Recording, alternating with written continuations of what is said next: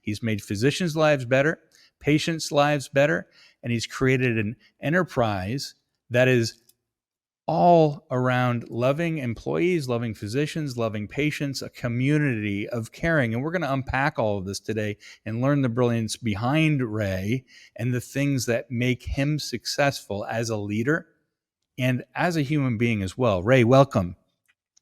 Thank you, Lou. It's great to be with you. Let's go into this. Let's dive in because we have a lot of grounds to cover. So when you tell us, when you joined Springfield Clinic, what did you see, the current state, and what did you immediately know needed to happen? What did it look like for you? Well, I think, the clinic has had a long and prestigious history. So I felt like, this is a great organization and I'm really proud to have joined it. When I started, it was clear that there were, talented people, but they were oriented around individual achievement.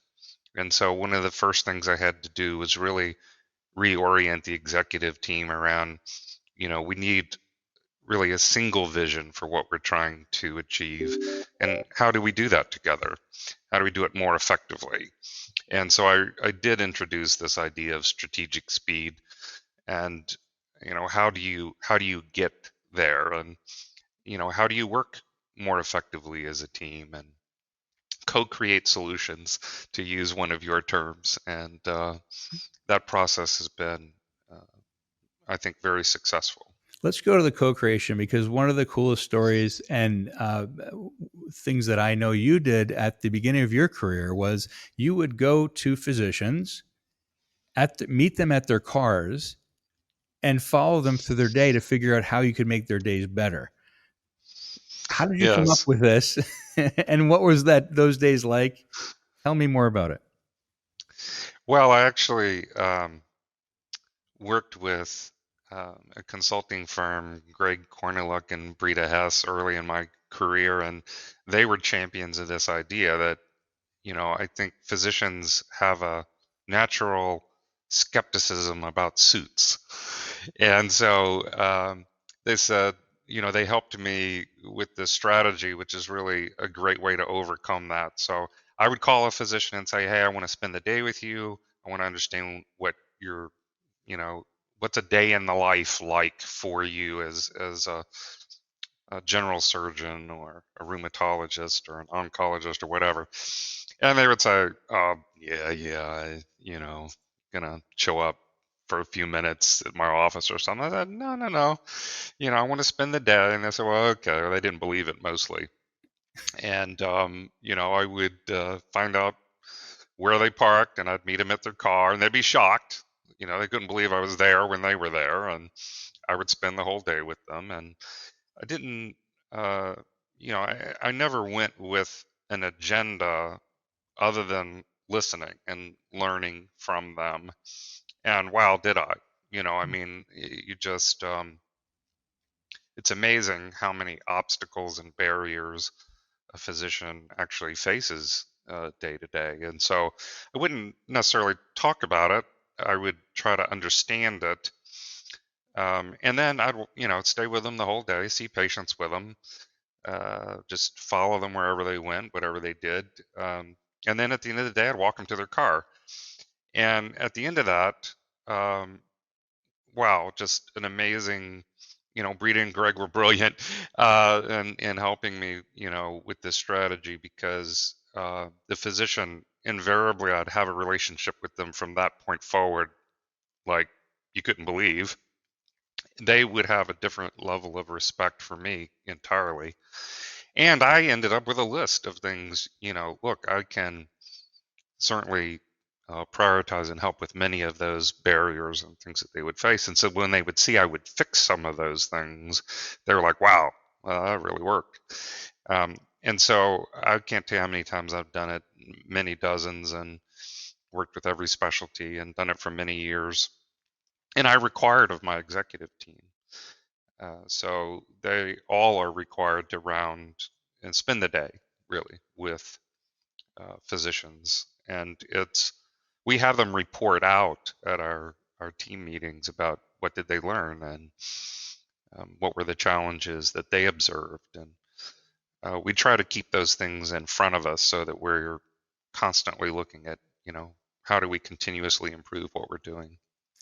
And you do this with strategic speed, that you find out what's really happening and you do it quickly in the prioritization. And what I found very interesting and very powerful about your story, your leadership story, is that you do it quickly for a reason.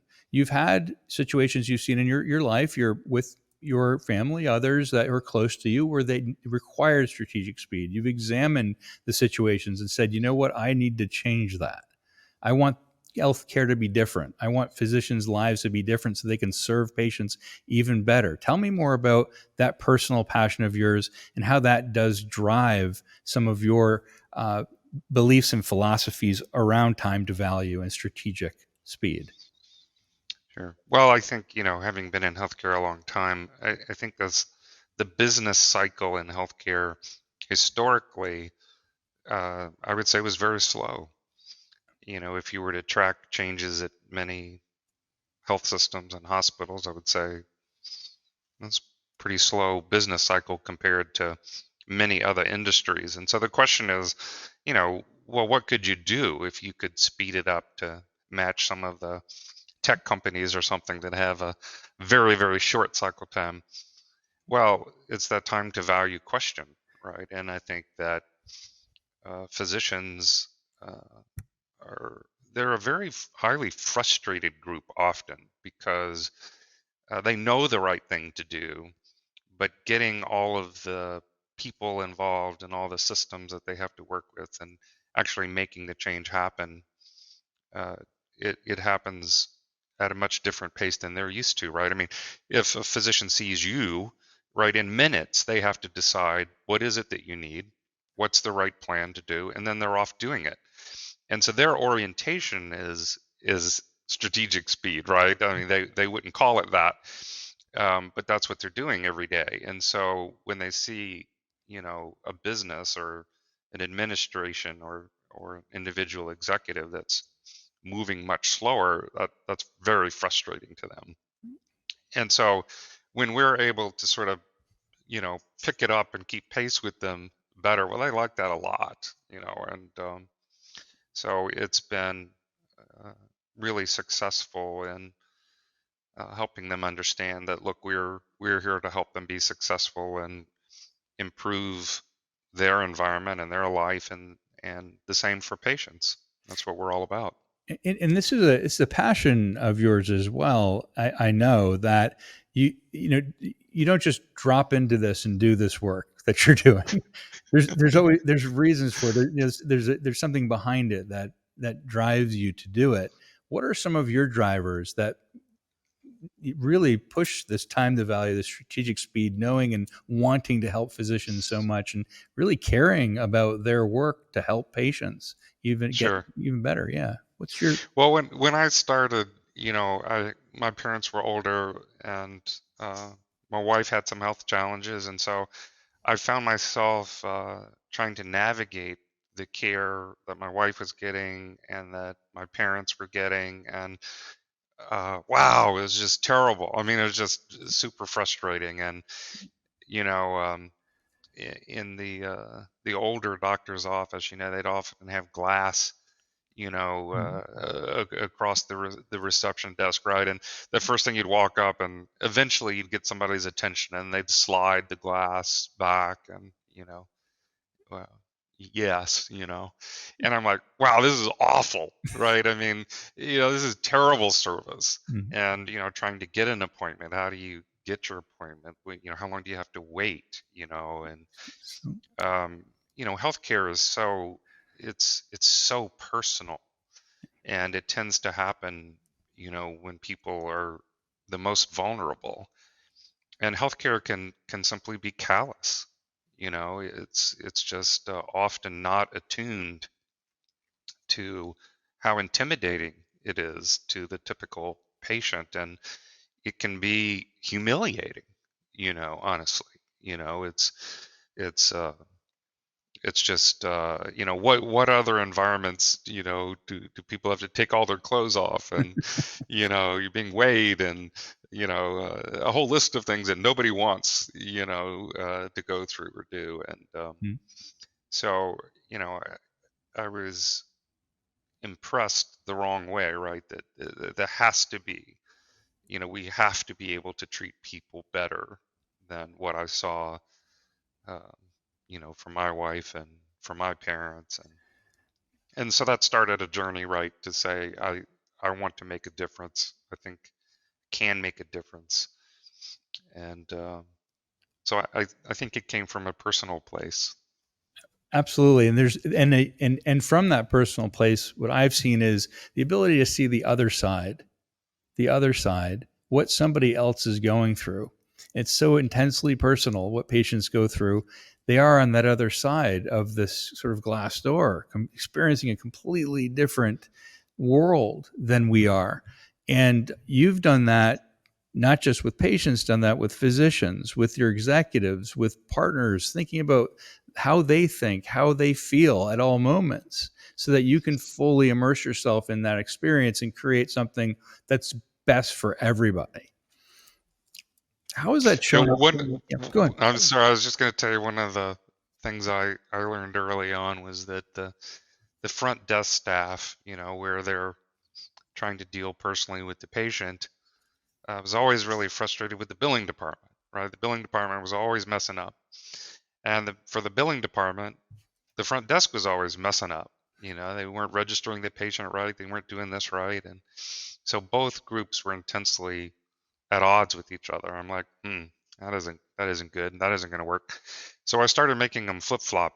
So I make the biller come and work as a receptionist for a day, and make the receptionist go to billing and work as a biller for a day. Wow. What an eye-opening experience that was, right? For the biller who always worked behind the scenes, having the patient actually in your face was a new thing, right? And they're like, wow, I didn't realize how challenging that can be. And for that front desk person to be in billing and deal with one angry call after another, where the bill's not right or something, well, that was really intimidating. And so both groups emerged having a healthy respect for each other and how they could really work more together, and help each other out. And I think the more we can do that kind of thing, the more we've been able to transform how that experience works. It's such a great example because there's examples in the military as well of different factions bullying each other.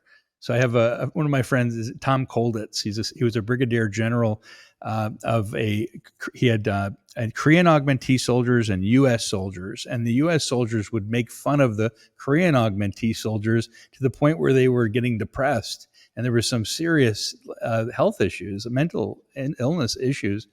And it just so happened that the Korean augmentee soldiers had awesome martial arts skills, and the U.S. soldiers had great shooting skills, right? So Tom said, "All right, that's it. I'm going to give the Korean augmentee soldier the best role on my Jeep, which is the driver. It's the coveted role, and I'm going to make all the U.S. soldiers take martial arts lessons and go go to get Korean food, eat the food, go to their family events, and it shifted. They That's became the awesome. same. They learned each other's trades. And similar to what you did with front desk staff and billing world, they're getting to know each other. They now work with each other. They care about each other. They fill the shoes. It's like, oh my goodness! And now I'm in the front desk. Look at these people getting mad at me. Oh, I'm in the back. Look at how many bills come in and how quickly they come in. Now we can work together more as a basketball team. Absolutely. That's cool stuff that you do that. So now let's talk about collaborations and how they work for you. You've done an outstanding job of bringing Springfield Clinic into collaborations externally and really enabling Springfield Clinic and others to work cooperatively in a way that serves a much greater population in a deeper and more patient centric way. Um, what do you expect in a good collaboration and partnership with others externally, and how do you create such things? Well, I think, in healthcare, I think often competition seems to get in the way of people thinking more creatively about how they can actually work together. I mean, when I think of, our environment here in Springfield, Illinois, we need each other to have a healthy, vibrant health system here. So there are two health systems here, and they competed. I think they competed with the clinic largely. I think there was some collaboration, but what I've tried to do is say, look, it's not about me winning all the time. It's not about you winning all the time. It's not about us running each other out of business. That's not going to work. Let's decide that we're all better together uh, than we are at odds with each other. And I think that just too often competition in business prevents us from thinking like that. So I think there was quite a bit of skepticism initially, at that thought, because I think the competition had been going on for so long. They're like, well, who is this? Who is this guy? And what planet is he from? But there's a logic and reasoning behind it that's very hard to argue, right? I mean, I think that there's certainly there's a place for competition, and I think it probably makes us all play a little better, right? So I think there's a place for that. But in terms of taking care of patients, we need to work together in providing a health system that's really high functioning, because I think it's many times it's the disconnects between a hospital or a doctor group, or where the care is being provided or how the care is being provided is often where it breaks down. And so if we really put the patient first, then we can think about it differently. I mean, look, we still do compete on many fronts, but it's, how do we continue to really look for more areas where we can collaborate and make things better? And there's always many of them, because there's just so many disconnects in healthcare. We can so much more we can do better. And there's true norths, aren't there, where you have a definitive foundational values, and you say, if it does harm the patient, we need to reassess the relationship. So, and regardless of competition or politics or egos or social loafing, people who don't want to do work, all these things that go into being human and working and inside of an environment, and you transcend that, and you say, let's. In every situation I've seen this, you say, let's focus on the patient and the work at hand to give time to value. And you're uncompromising in that. Well, I think, to your point, I think we, if we can keep that focus right, then we can sort of get over the organizational egos a little bit and keep focused on the right things. Um, we're often distracted by things that don't add any value, right? So I mean, one of the tough challenges is keeping focused on the right things, because there's a lot of noise in our world. Uh, but again, I think if we really focus on the patient, how do we improve care? And there's some things that you simply can't give on, right? I mean, every patient deserves high quality care from a qualified physician and team, and uh, that includes a hospital, and it includes the staff at a hospital, and it includes everyone from the emergency room to the operating room to the floors. And that's not our business at all, but we influence that very dramatically. And hospitals are not used to, I think, looking to the independent physician to help them figure that out. I think they see that as that's their role and their thing. And I'm like, no, no, no. It is, but we can do it better together. We can come up with better solutions together. We can solve some of the economic challenges we have better together. And there are a lot of economic challenges in healthcare right now. So we need to get smarter together. We talk about this with getting smarter together and doing the hard work no matter what. And often people are uncompromising on the wrong things and not on the right things. So, and you have many different factions that you work with in that way. What have you seen that, and I know you've done this very effectively, is most effective for you in showing that uncompromising values work? Because I've seen for you, it's time. Time always heals and shows success and people are naysayers, but yet with strong values and vision, time shows that success comes with regard to this very simple value, which is time to value, strategic speed for physicians and patients to become even better and feel even better and become even healthier. For me, I came into uh,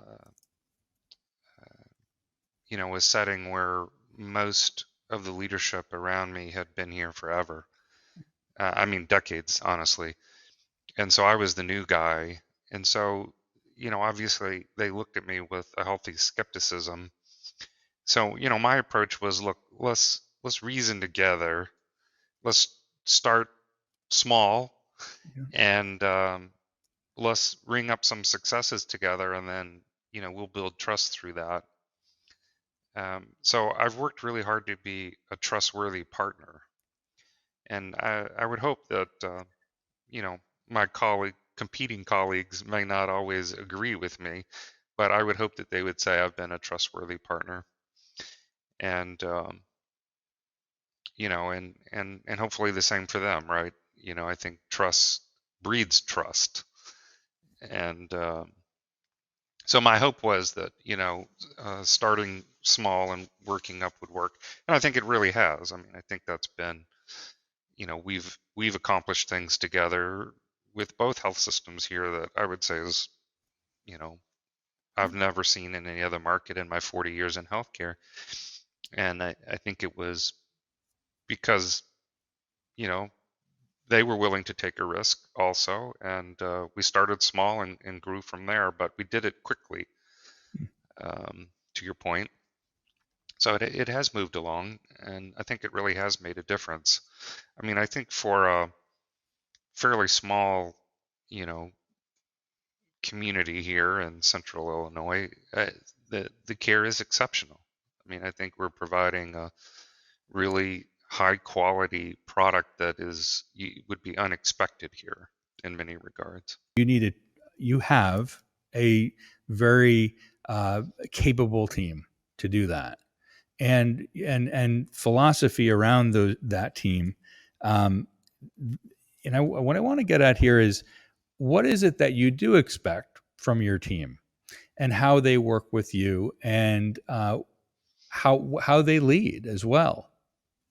What is Sure. your expectations? Well, it's going to sound old school because in some regards, I guess it is old school. But you know, I I learned as a young executive, right? There's no replacement for management by walking around.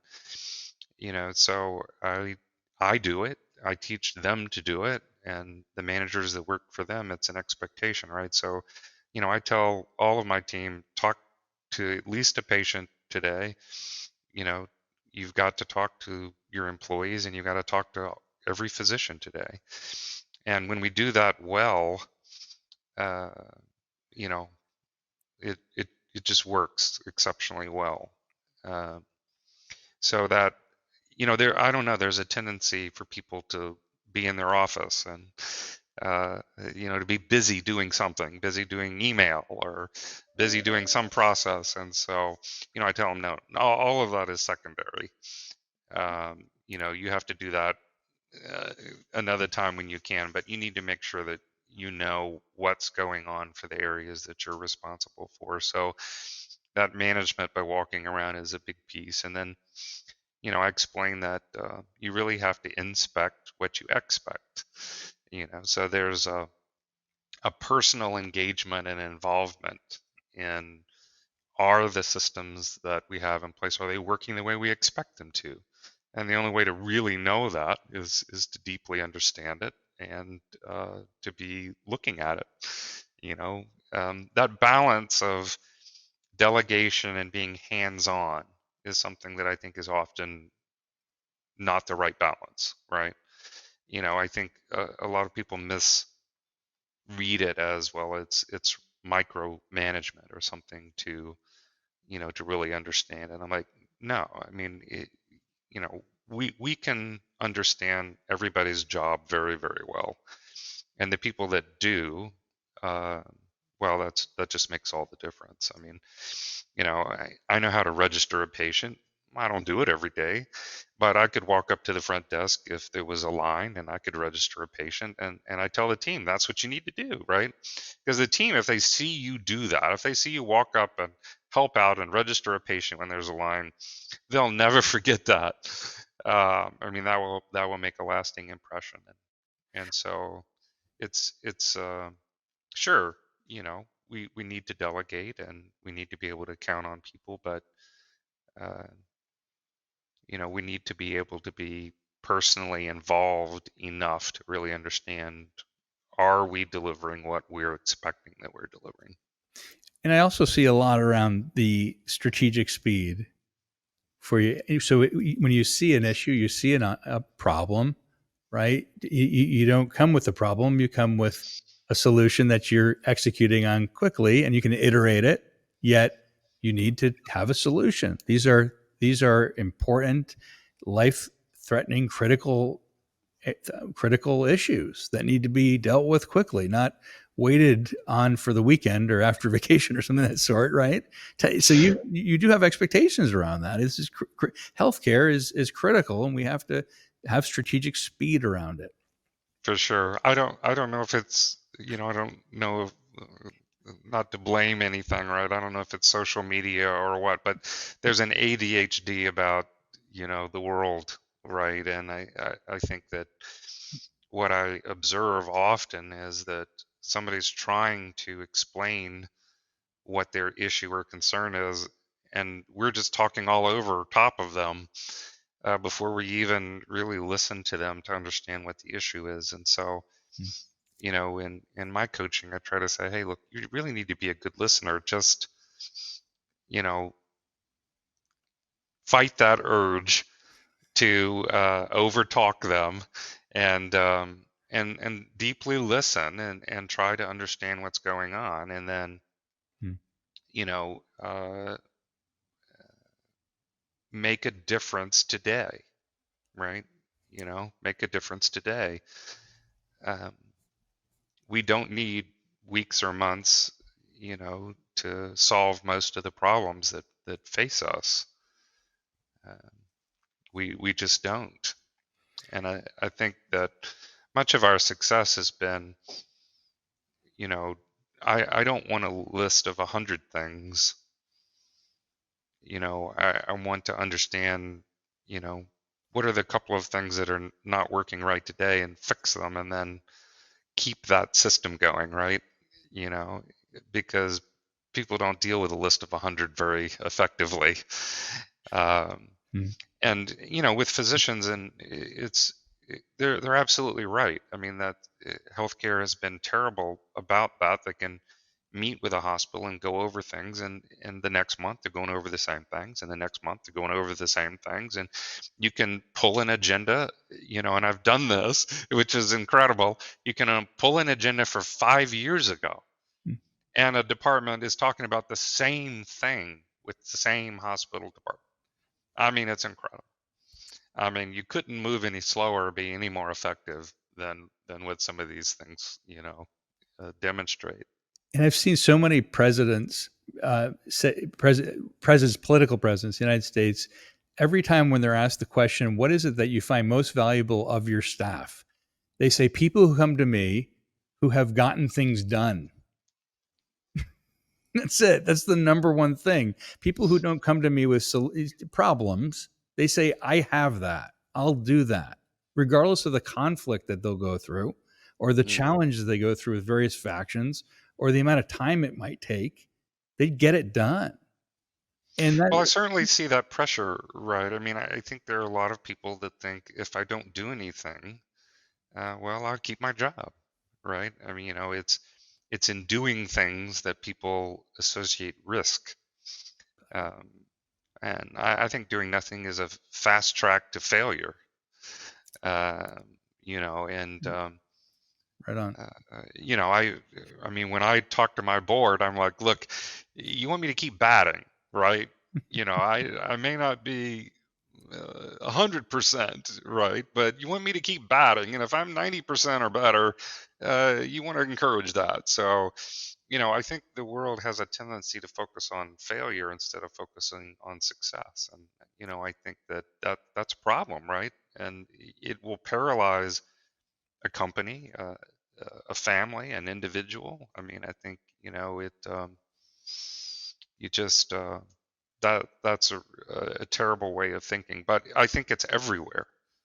It's everywhere. I mean, when I talk to an executive in another organization, half the battle is just getting them to be willing to take a stand, and do something. And it's fear based. We fear failure, right? Rather than saying I fear not doing more than I do failure. And the fact that failure allows us to learn so we can get to success later, that's a mind shift. Fixed mindset, growth mindset. Let's all move to a growth mindset where we can actually make those decisions on a more consistent basis. That's how you've led at Springfield Clinic. And I want to go, Look, yeah, please. I was just going to say, I mean, look, there is a human nature that you have to accept to a certain extent, right? I mean, and this is a conversation I had with my board too. 100% of everyone with thousands of stakeholders isn't going to be happy with anything I do. And so you have to accept a little bit of noise because there's always going to be a little bit of noise, and you can't let that paralyze you, but it does. I mean, it can. I mean, I have to work at, physicians on our board are going to get noise from partners, right, about things that are going on. We have to say, look, no, we have to keep moving forward, doing the right things. And yes, there is going to be a little bit of noise, and you just don't. You have to tune that part out. Um, I'm not saying we don't co-create solutions or that we haven't been thorough, in involving people, but it doesn't matter. There will be some noise, kind of no matter. And instead of letting that paralyze us, we've the board's been very supportive, and I think we've been able to forge ahead, and that's made all the difference. Oh, it's the absence of noise that we should fear, not the noise itself. And you hear what's around the corners. People are open and honest and communicative with you, which means that they trust you as a leader, and they do. We've seen that time and again. Being honest and open and letting them know how you feel is what creates trust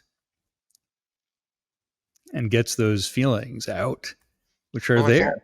I think being genuine in what we're trying to accomplish really matters, right? I mean, I think the physicians would say there's no action I've led that had something to do with my self-interest.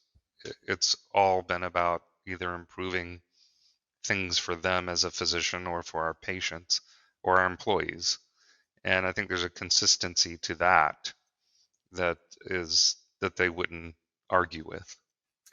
Well, I want to shift it from physicians now to all the way to your front line. Go all the way down, if you will, if you look at hierarchies, to your front line. And what would you say to them to keep that vision alive and get their fires going, in what they're doing every day? What would you say to them that your expectations are, your inspections are of them with this great purpose that you have at Springfield Clinic and for the community, what would you say to them? Sure. Well, and this comes up often. I'm frequently asked, well, if you could say one thing, to them, what is that? Well, they've heard it enough from me. I think they probably know the answer to that by now. But look, fundamentally, we're a caring industry, right? Or we should be, you know. And so, I tell people, if you care about our physicians, about your teammates, and about our patients, then you're going to do the right thing. And so you have to, if you care, you're going to listen. If you care, you're going to be polite, you're going to be supportive, you're going to be empathetic, right? If you don't care, then none of those things are going to happen. And that's unfortunately the reality in too much healthcare, is that, there's not enough emphasis put on, how do we actually want to do business? Well, I want to do business as a deeply caring group. And so, and even in our recruiting, right? If to the extent we can determine that, right, we want to make sure that we're hiring people that are going to be caring people, because if you don't care, we're not going to be able to teach you to care. We can teach you other skills, we can teach other things, but we can't teach you to be a caring person. If you're not a caring person, then you don't have any place here, and you're not going to have a long career here, because we're going to be looking, for that, because it's fundamental to really everything else working. And you've always said it's people don't do what you expect, they do what you inspect, and your inspection is caring. Well, that's exactly right.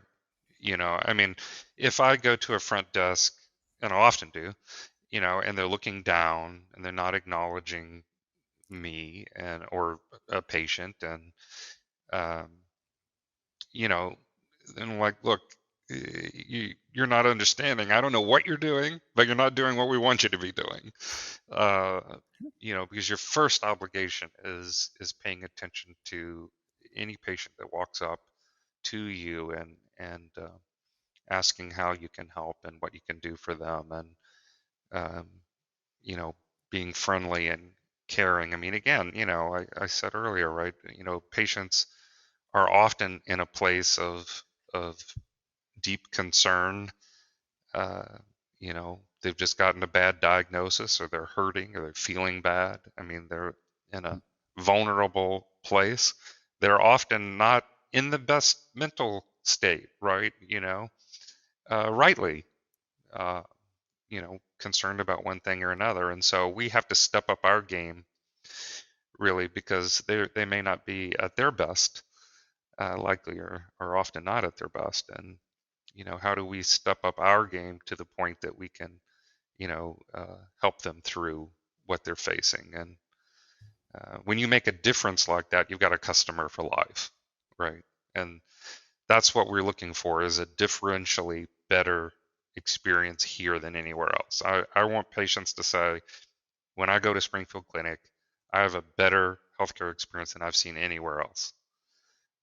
That's what we're aiming for, and I think we're making good progress. It goes back to what you'd said before about having empathy and understanding physicians. It goes the same to patients.